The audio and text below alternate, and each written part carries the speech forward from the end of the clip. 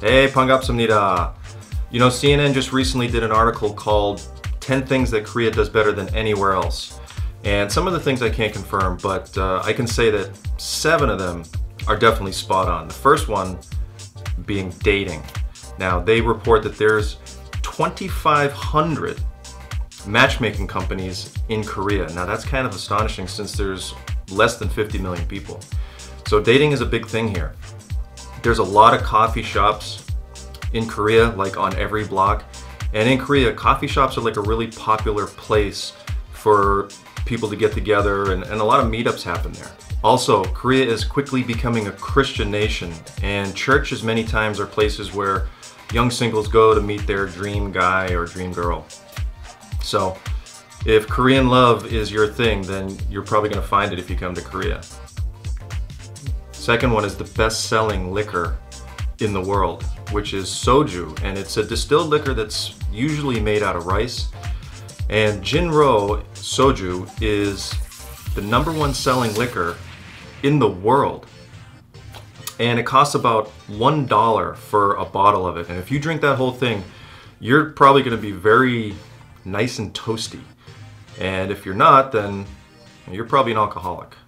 But that's not the most amazing statistic. The craziest thing is that most of the soju in this world that is sold is consumed here in Korea. Koreans love their booze. #1 in plastic surgery. And this might be a no-brainer for anyone who knows anything about plastic surgery or Korea in general. It seems like you can't walk down the street without every other ad board, it seems, for some plastic surgery clinic. But it's not just Koreans that make up these massive numbers of plastic surgery happening in the country. Many other countries flock to Korea on these plastic surgery tours. They come here for the great state-of-the-art results with a very comparable low price tag. It's pretty amazing, actually. I'm thinking LASIK is probably in my cards before I leave. Another one was online gaming. And PC bangs, or these rooms with wall-to-wall computers with internet access, are literally on every block in Korea. Sometimes 2 or 3. It's kind of crazy. And when you go inside, they are chock full of online gamers. But here's the crazy thing. Some of the best players, like the top players in online gaming, and you probably know this if you're into gaming and stuff like that, but some of them earn hundreds of thousands of dollars from prize money and endorsements and things like that. So I guess playing video games wasn't such a bad idea after all. Here's one that surprised me. Credit card transactions.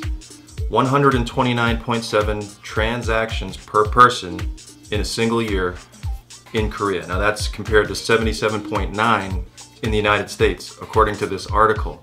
Also, according to the Chosun Ilbo news site, it is technically illegal for a merchant to refuse payment with a credit card. And I love paying for my cab fare with my card. Okay, here's another one that really shocked me. Golf. I honestly don't know how they can fit many golf courses here in Korea, but apparently everybody's playing.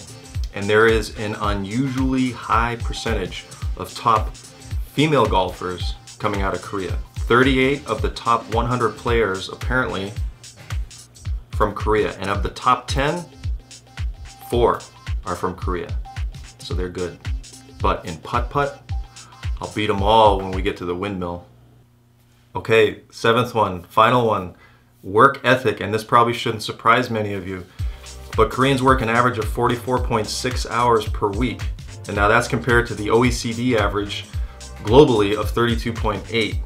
And considering how many hours that students put into studying each week, it only makes sense that that carries over into their adult work life. And this probably explains why Korea's prosperity has risen at such a breakneck rate. For such a small country, Korea definitely finds a way to make the most out of what they've got. And I think that's why it's such a dynamic place to visit and spend some time teaching abroad. Anyway, thanks for watching. I'll see you next time. Peace.